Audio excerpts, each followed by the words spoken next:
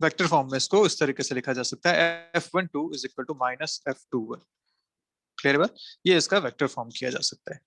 Okay, तो Coulomb's law से related basic basic बातें अपनी हो गई हैं।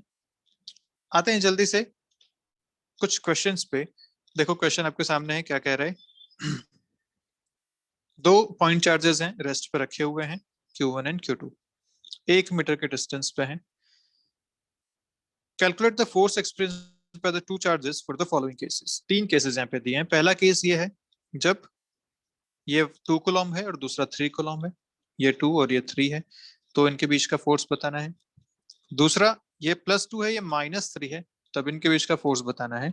और तीसरा, +2 -3 है लेकिन वाटर में रखा हुआ है विथ रिलेटिव परमिटिविटी 80। ये आपके तीन क्वेश्चंस हैं। तो फॉर्मूला अपने पास सेम ही है, इसको जल्दी से अपन देख लेते हैं एक बार।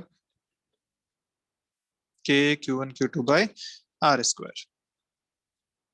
हम जानते हैं कि दोनों के बीच का फोर्स अगर पहली कंडीशन में लिखूंगा तो पहली कंडीशन में दोनों पॉजिटिव चार्जेस हैं, रिपल्सिव फोर्सेस लगेंगे, तो सीधा लिखा जा सकता है K 9 into 10⁻⁹, Q1 2 into 10⁻⁻6 microcoulomb और 3 into 10⁻⁻6 microcoulomb divided by R square, 1 metre का स्क्वायर तो 1 स्क्वायर। ये फर्स्ट का फोर्सेस आ जाएंगे।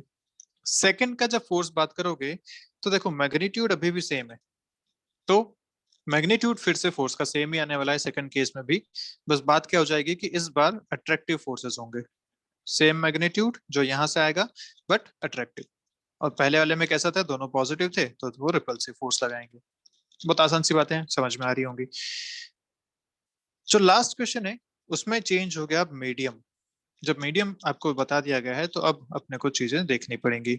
1/4πε0 ε r Q1 Q2 by R square, तो ये चीज अपने को ध्यान रखनी है। अब यहाँ पे अगर ध्यान से देखो तो 1/4πε0 Q1 Q2 by R square, ये जो चीज बन रही है ना, दिस इज नथिंग बट जो आपने ऊपर एफ लिखा है वो है ना। तो इसको मैं ऐसा लिख सकता हूँ, this is nothing but F जो आपने ऊपर लिखा था जिसको मैं एफ नॉट कह देता हूँ, डिवाइडेड बाय एप्सिलॉन नॉट, या F in air divided by epsilon not, this is F in medium. और ये फॉर्मूला हमने पहले भी पढ़ा था, फिर से एक बार हम इसको बात कर लेते हैं। मीडियम में जो फोर्स लगेगा वो एयर या वैक्यूम में लगने वाले फोर्स का 1/ε0 टाइम्स होगा। तो अब अपन आराम से बता सकते हैं कि यहाँ से जो भी आपको फोर्स मिला होगा, let's say F in air ये था, तो अपन यहाँ से कह सकते हैं कि अब जो मीडियम में फोर्स लगने वाला है वो उस एफ इन एयर का 1/80 होगा, क्योंकि यहाँ पे आपको एप्सिलॉन आर दे रखा है 80 के बराबर। तो ये चीजें अपने को हमेशा ध्यान रखनी है। अब इसका मतलब क्या हो गया कि जब वाटर में डाल दिया तो फोर्स 1/80 टाइम्स हो गया, मतलब 80 टाइम्स कम हो गया, ऐसा आप इसको कह सकते हैं। तो ये सारी चीजें यहाँ डायग्राम में भी बता रखी हैं। पहले केस में रिपल्सिव फोर्सेस थे, दूसरे में अट्रैक्टिव फोर्सेस थे, और तीसरे में फोर्सेस तो अट्रैक्टिव हैं लेकिन पानी में रखा है तो उसका मैग्नीट्यूड कम हो जाएगा। तो ये सारी बातें यहाँ पे हैं। अब इसका एक जो अपन रिजल्ट कह सकते हैं वो ये है कि strength of the forces between the two charges in water is reduced by 80 times compared to the force between the same in vacuum। जब वो एयर में या वैक्यूम में थे तो उन पे ये लगा था, और जब मीडियम में चले गए तो 1/80 टाइम्स उस पे फोर्स हो गया, तो रिड्यूस हो गया 80 टाइम्स। और यही रीजन है कि व्हेन कॉमन सॉल्ट NaCl, अब NaCl भी क्या है, अब जानते हैं Na+Cl- ऐसा होता है, इन दोनों के बीच में अट्रैक्टिव फोर्सेस होंगे, एक पॉजिटिव एक नेगेटिव है, is taken in water, the electrostatic force between Na and Cl ions is reduced due to the high relative permittivity of water। जो Na और Cl बाहर जो फोर्स लगा रहे हैं आपस में, पानी में जाते ही उनके बीच का फोर्स 1/80 टाइम्स हो गया, और ऐसा होते ही ये अंदर टूट गए, घुल गए। इसलिए कहते हैं कि water acts as a good solvent, क्योंकि वाटर में जाते ही उन आयंस के बीच का फोर्स वो कम हो गया, फोर्स कम होते ही वो अंदर सॉल्युबल हो गए, घुल गए। क्लियर है? तो आई गेस आपको ये बात भी इलेक्ट्रोस्टैटिक्स से क्लियर हो चुकी है कि अंदर चीजें घुल कैसे रही हैं, कैसे जो सॉल्ट है वो अंदर मिक्स हो जा रहा है। ओके, देन हमने ये क्वेश्चन किया था। क्वेश्चन बड़ा आसान सा था, बोला गया था कि एक थ्रेड यहाँ पे है जिससे एक चार्ज यहाँ पे है, एक थ्रेड यहाँ पे है जिससे एक चार्ज यहाँ पे है, दोनों का मास अगर m ले लेते हैं, तो हमें पूछा गया था कि बताइए ये थीटा एंगल कितना होगा, या फिर आपसे ये कि ये डिस्टेंस कितनी होगी, या फिर ये पूछ सकते हैं कि कितना चार्ज इस पे लगाया जाए। यहाँ का क्वेश्चन क्या है देख लेते हैं। Small sized identical equally charge spheres हैं, मास दे रखा है 1 ग्राम, इक्विलिब्रियम में यहाँ पे है। The length of each string 10 centimetre है और एंगल यहाँ दे रखा है 30 degrees. Calculate the magnitude of the charge in each sphere. ये आपसे बोला गया है, आपसे क्यू यहाँ पे पूछा गया है। तो बेसिकली आपको ये एल दे रखा है, ये पता है, ये थीटा पता है। अगर ये एल और थीटा पता है तो ये ट्राइंगल आप देख पा रहे हैं, इस ट्राइंगल से मैं ये डिस्टेंस निकाल सकता हूँ, लेट्स से एक्स। सिमिलरली ये डिस्टेंस भी हो जाएगी एक्स, जो यहाँ पे ऑलरेडी ए दे रखी है, तो ए अपन ले लेते हैं इसको। तो अपने को ये पता चल गया कि इन दोनों के बीच की डिस्टेंस 2a है, और जो अपने को पता है। दूसरी बात, अब अपन इस पे क्या करते हैं, इसका फ्री बॉडी डायग्राम बनाते हैं। तो इस पे mg नीचे लग रहा था, इस तरफ इसकी टेंशन लग रही थी, और इस तरफ इस पे इलेक्ट्रोस्टैटिक फोर्स लग रहा था। ये एंगल था थीटा। क्या करना था, कंपोनेंट्स लेने थे। This is T cos theta, this is T sine theta. Components लेके इक्वल करना था। किसको इक्वल करेंगे, तो वर्टिकल के फोर्सेस को आपस में इक्वल करेंगे और हॉरिजॉन्टल के फोर्सेस को आपस में इक्वल करेंगे। ऐसा करने से आपको फाइनली इलेक्ट्रोस्टैटिक फोर्स में जो कि Q1 Q2 by R square, मतलब यहाँ पे 2a का स्क्वायर है, यहाँ से आपको दोनों चार्जेस मिल जाएंगे। और बोला है कि दोनों चार्जेस सेम है, तो अब वो रखेंगे, आपको वहां से Q कैलकुलेट हो जाएगा। तो आप लोग चाहें तो ये क्वेश्चन का स्क्रीनशॉट ले सकते हैं, और उसके बाद आप मुझे इसको फिर से सॉल्व करके बता सकते हैं। आप चाहें तो स्क्रीनशॉट ले लें और ट्राई करो सॉल्व करने की। नहीं होता है तो मेरे से आप डाउट में वापस पूछ सकते हो, ठीक है। चलिए, तो वैसे अपन ने किया हुआ ये पहले, आप चाहें तो एक बार पिछले नोट्स देख लेना। ओके, अब ये आपसे एक क्वेश्चन पूछा है, इसका आंसर आप मुझे बताएंगे जल्दी से। सॉल्व करेंगे ये लोग, आप लोग सॉल्व करेंगे। क्वेश्चन पढ़ो और सॉल्व कर देखो क्या कह रहे हैं। Electrostatic force and gravitational force between the proton and electron in a hydrogen atom, ये आपसे पूछा गया है। They are separated by distance, दोनों के बीच की distance they the are. Magnitude of charges on electron proton दे दिया, मास ऑफ इलेक्ट्रॉन और मास ऑफ प्रोटॉन भी आपको दे दिया। ओके, क्या क्या निकालना है, electrostatic force and gravitational force. Electrostatic force लिखोगे K Q1 Q2 by R square, और ग्रेविटेशनल फोर्स लिखोगे K sorry G M1 M2 by R square. K की वैल्यू जानते ही हो, 9 इंटू 10⁻⁹, G 6.67 इंटू 10⁻⁻11। ये आपके पास है, आप मुझे सॉल्व करके बताएंगे जल्दी से।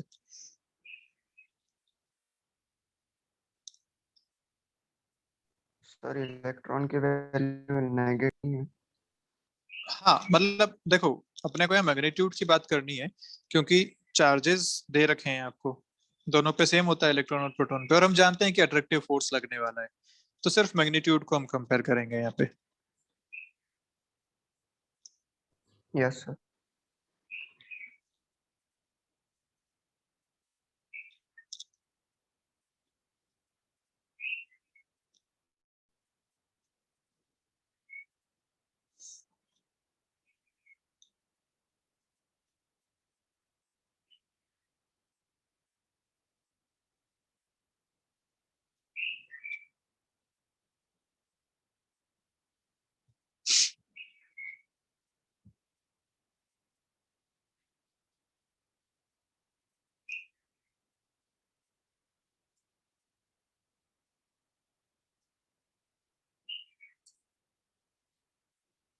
चाहो तो कैलकुलेटर यूज कर सकते हो, इसमें थोड़ी सी रहेगी, कैलकुलेटर की जरूरत रहेगी।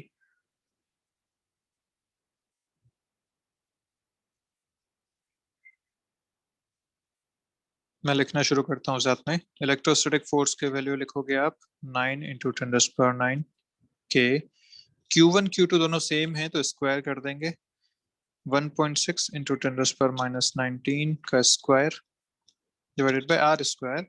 आर आपको दे रखा है 5.3 इंटू 10⁻11 का स्क्वायर। ये आपका क्वेश्चन।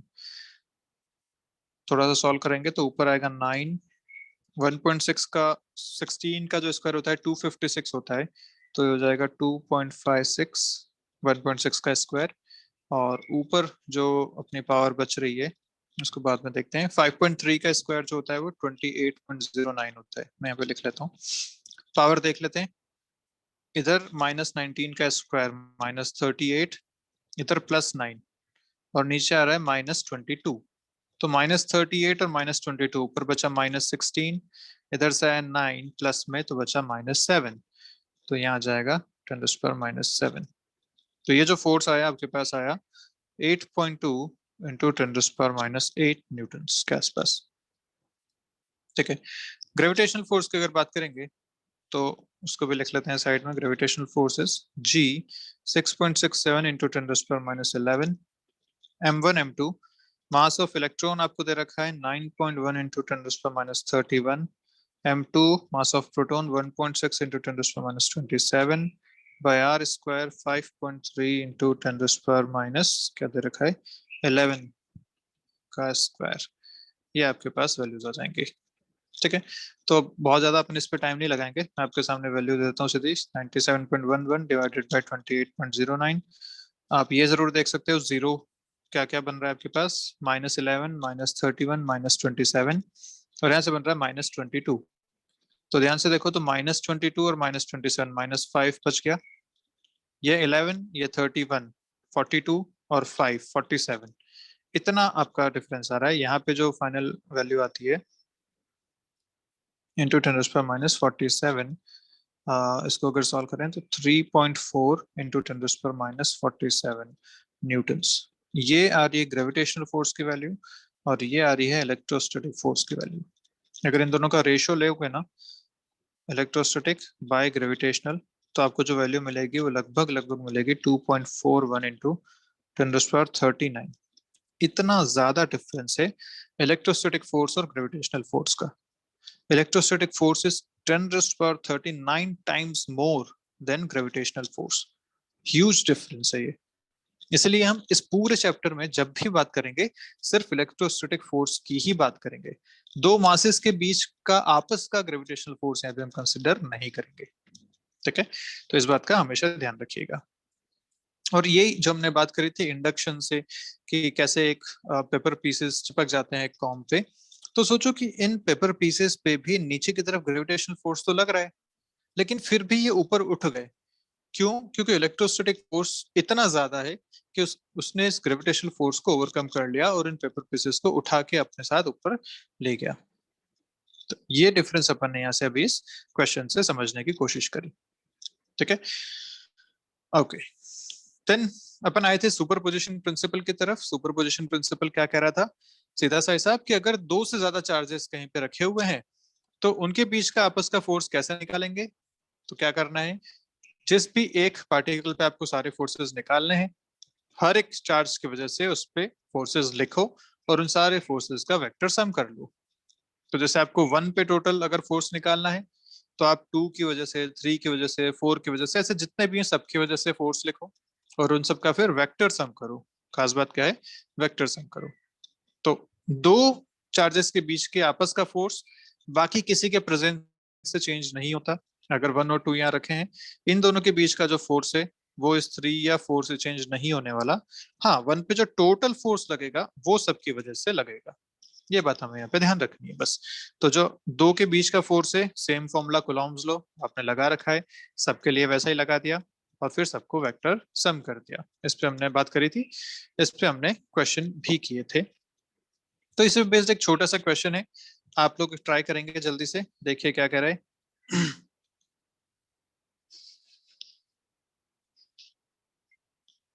4 इक्वल चार्जेस दे रखे हैं, चारों की वैल्यू +1 माइक्रोकूलॉम है, located at 4 different points on a circle of radius 1 meter. 1 meter radius they the. Calculate the total force acting on charge Q1. इस पे आपको टोटल फोर्स बताना है Q1 पे। चलिए जल्दी से मुझे बताइए क्या लिखें इसका आंसर। सॉल्व करो थोड़ा सा और बताओ मुझे।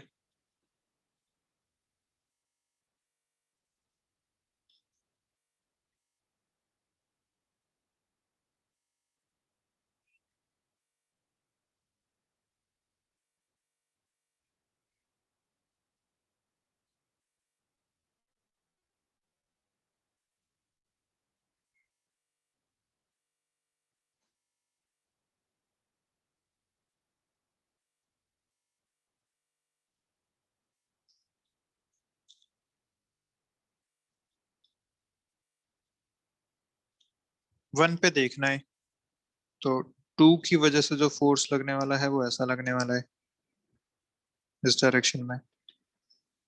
3 की वजह से जो लगेगा वो लगेगा इस डायरेक्शन में, और 4 की वजह से जो लगेगा वो लगेगा इस डायरेक्शन में। ऐसे 3 फोर्सेस यहाँ पे बनने वाले हैं और तीनों का अपने को वेक्टर सम चाहिए। ठीक है, मैं सबको नाम दे देता हूँ। This is F on 1 due to 4, this is F on 1 due to 2 and this is F on 1 due to 3। ऐसे तीनों फोर्सेस आपके पास आ गए। Sir 18.5 into 10 to power 9. वापस बोलो। 18.5 into 10 to हाँ, power 9. 18.5 इंटू 10⁹। अच्छा, नहीं, शायद ये तो नहीं है। सर एंगल कितना बनेगा? एंगल तुम देखो, तुझे एंगल की बड़ी दिक्कत होती है। तूने स्क्वायर में भी एंगल पूछा था, आज तू सर्कल में भी एंगल पूछ रहा है। ज्योमेट्री लगा थोड़ी सी।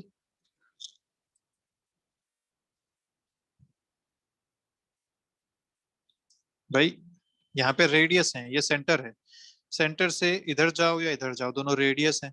जब रेडियस बराबर होती हैं तो ये एंगल भी तो 45 बनेंगे। तो ध्यान रखो इस बात का, ये एंगल 45 डिग्री है। This angle is also 45, also 45, और ये भी 45, सारे 45 के बराबर है यहाँ पे। डिस्टेंसेस देखनी पड़ेंगी। अगर डिस्टेंस देखो तो ये डिस्टेंस होगी √2, this is also √2 and this is 2। कैसे आ गया? तो इस टाइप का सिस्टम है। ये रेडियस है 1 के बराबर, ये रेडियस 1 के बराबर, तो ये हो जाएगी √2। और ये जो बीच वाला है ये डायमीटर है, डायमीटर हो जाएगा 2 के बराबर। तो अब आपको फोर्सेस लिखने हैं।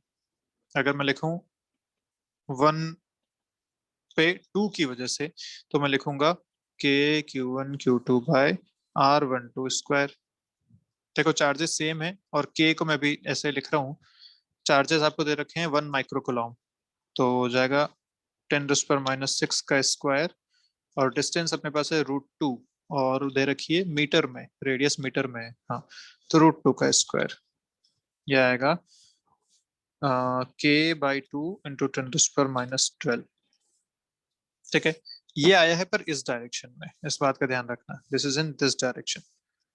तो हम क्या कर सकते हैं, अब इसके कंपोनेंट ले सकते हैं। ये एंगल भी 45 है और ये एंगल भी 45 है। तो इसको जब मैं लिखूंगा तो मैं इसको वेक्टर फॉर्म में क्या लिखूंगा? F12 in vector form can be written as K/2 into 10⁻12 sin 45 degree I cap minus cos 45 degree J cap। अब ये कहाँ से आया, एक बार फिर से ध्यान से सुनना। मैंने क्या बोला? Sine 45 degree I cap, cos 45 degree minus में J कैप, क्योंकि अपने पास वेक्टर है ये वाला, दिस इज आवर वेक्टर। मुझे x और y डायरेक्शन में इसके कंपोनेंट चाहिए। ये एंगल अगर y से 45 डिग्री है तो मैं cos कंपोनेंट इधर लगाऊंगा, और क्योंकि ये डाउनवर्ड है, ये डाउनवर्ड है माइनस y एक्सिस की तरफ है, इसलिए मैंने यहाँ पे -j यूज किया है। ऐसे ही अगर ये एंगल 45 डिग्री था तो इधर मैं साइन कंपोनेंट यूज करूंगा, और क्योंकि ये प्लस x एक्सिस की तरफ है तो मैंने यहाँ पे प्लस आई कैप यूज किया है। क्लियर है? तो इस तरीके से आपने इस वेक्टर को लिखा। सिमिलरली आप जब ये वाला वेक्टर देखेंगे, ये वाला, इसके भी दो कंपोनेंट्स आएंगे, एक इस डायरेक्शन में, एक ऊपर की तरफ। ठीक है, और क्योंकि ये डिस्टेंस भी √2 है, ये चार्जेस भी सेम है, तो फिर से सेम मैग्नीट्यूड का फोर्स यहाँ पे बनने वाला है। इतना ही मैग्नीट्यूड का बनेगा, बस डिफरेंस क्या होगा इस बार, ये तो पॉजिटिव x की तरफ है, ये भी पॉजिटिव y की तरफ है। तो यहाँ पे थोड़ा सा चेंज आप करके लिख सकते हैं कि जो 1/4 है, F14, वो हो जाएगा K/2 इंटू 10⁻12, और इस बार दोनों कंपोनेंट पॉजिटिव हैं तो sine 45 degree I cap plus cos 45 degree J cap. ये आपके F14 हो गए। अब तीसरा फोर्स आपका बचता है F13, ये वाला फोर्स सीधा सीधा है, प्लस एक्स एक्सिस की तरफ है, आई कैप सीधा लिख सकते हैं इसको। और क्या हो जाएगा यहाँ से यहाँ तक इसे लिखेंगे तो 2 ये है, देखो क्या लिखेंगे, F13 के Q1 Q2 चलो -6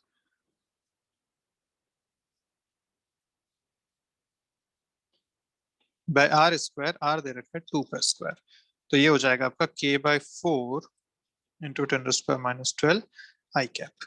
अब आपको इन सारे फोर्सेस को ऐड करना है। वेक्टर था, वेक्टर में मैंने आई जे में लिख दिया, इन सबको अपन ऐड करेंगे। तो मैं इनको बता देता हूँ कौन कौन से फोर्सेस हो गए। एक तो ये वाला पूरा हो गया, एक ये वाला हो गया, और एक ये वाला हो गया। ये 3 फोर्सेस को अपने को ऐड करना है, ठीक है।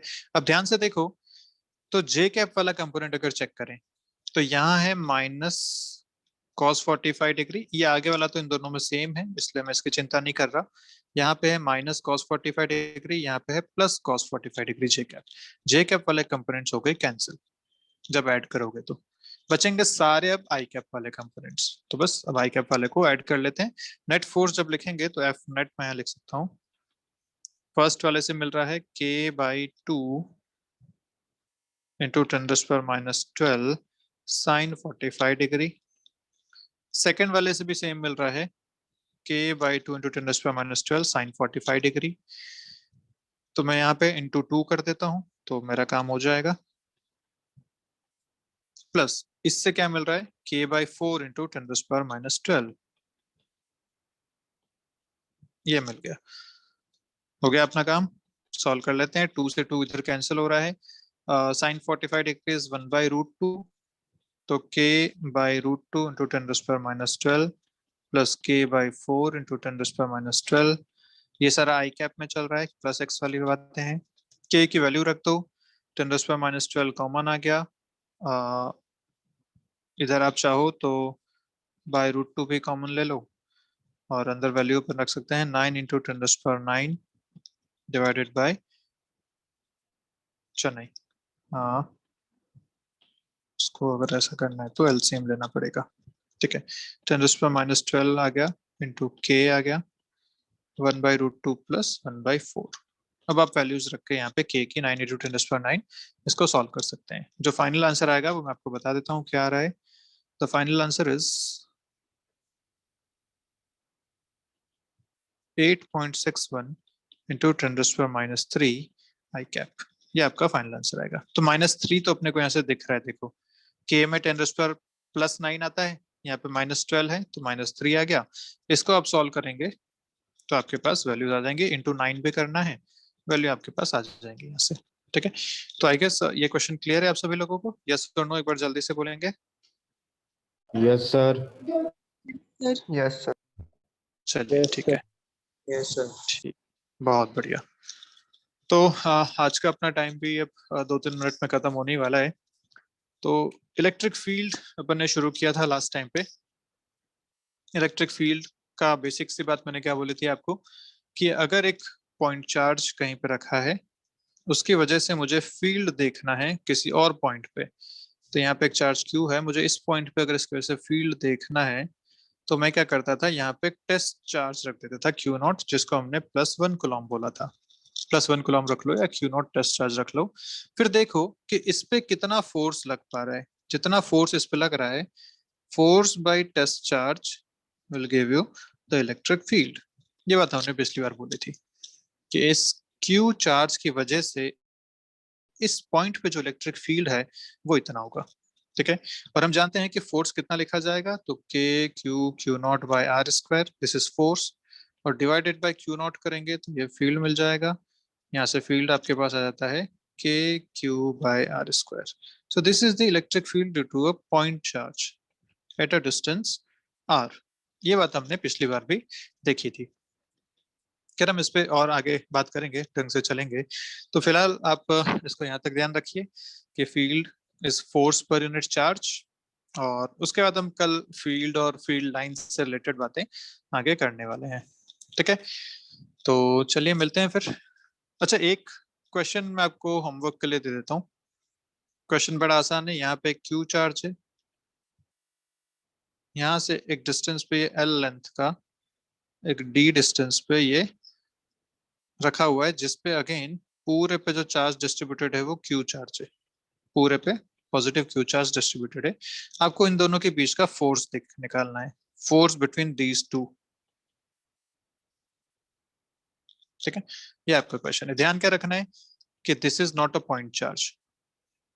ओके, तो इंटीग्रेशन मेथड यूज करना पड़ेगा, आप ट्राई कीजिए, कल अपन इसको डिस्कस करेंगे। ओके, तो मिलते हैं फिर नेक्स्ट क्लास में, तब तक के लिए बाय बाय।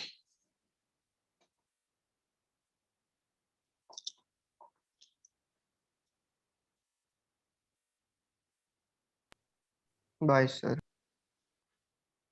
Bye bye.